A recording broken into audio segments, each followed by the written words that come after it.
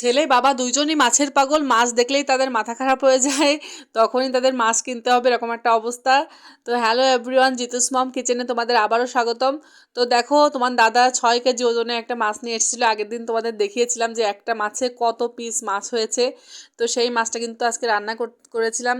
তো রান্না করার সময় কিন্তু এত বড় মাছ, মানে এত বড়ই যে তোমার ভাজতে গেলেও কিন্তু একটু অসুবিধা হচ্ছিল, মানে কোয়া কোয়া খুলে যাচ্ছিল এত, আসলে অনেক বড় মাছগুলো কিন্তু একটু এরকম হয় যে মানে ভাজতে গেলে বা রাঁধতে গেলে কিন্তু কোয়া কোয়া খুলে যায়। তো এই মাছটাও সেরকমই হচ্ছিল ভাজতে গেলে। তো যা হোক, খুব সাবধানে কিন্তু ভেজে নিলাম মাছটা। আর মাছটা কিন্তু রান্না করেছিলাম আমি নতুন আলু দিয়ে। তো আজকে কিভাবে মাছটা রান্না করলাম তোমাদের সঙ্গে পুরো রেসিপিটাও শেয়ার করব। আর আজকে সারাদিন কি করলাম না করলাম সেটাও তোমাদের সঙ্গে শেয়ার করব।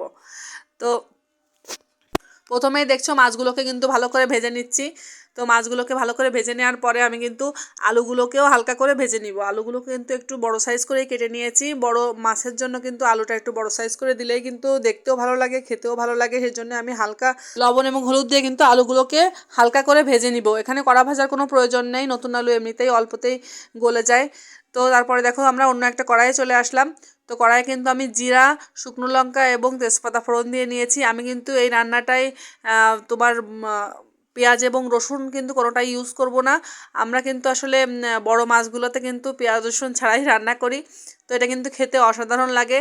তোমরা অনেকেই পেঁয়াজ রসুন ছাড়া রান্না পছন্দ করো না, তবে এইভাবে একদিন রান্না করে দেখবে যে একেবারে বিয়েবাড়ির স্বাদের মতো লাগবে। বিয়েবাড়ি বড় মাছগুলো ঠিক যেমন টেস্ট লাগে খাইতে, তো এইভাবে রান্না করলে কিন্তু একেবারে বিয়েবাড়ির সেই ফ্লেভারটা পাবা তোমরা।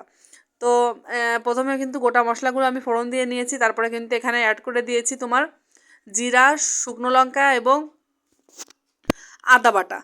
এগুলো অ্যাড করে দিয়ে কিন্তু একটু মশলাটা খানিকক্ষণ কষিয়ে নিয়েছি। কষিয়ে নিয়ে কিন্তু আমি এ পর্যায়ে আলু এবং চুই ঝালটা অ্যাড করে দিলাম। আলু এবং চুই ঝাল দিয়ে দিয়েছি। তারপরে কিন্তু দিয়ে দিয়েছিলাম পরিমাণ মতো জল। জলটা যখন ফুটে উঠেছে, ঝোলটা ঝোলটা ফুটে ওঠার পরে এ পর্যায়ে কিন্তু আমি, যখন আলুগুলো গলে যাবে, ঝোলটা ফুটে উঠবে, সে পর্যায়ে কিন্তু আমি মাছগুলোকে অ্যাড করে দিব। মাছটাকে অ্যাড করে দিয়ে কিন্তু আমরা সামান্য কিছুক্ষণ জাল করে নিব।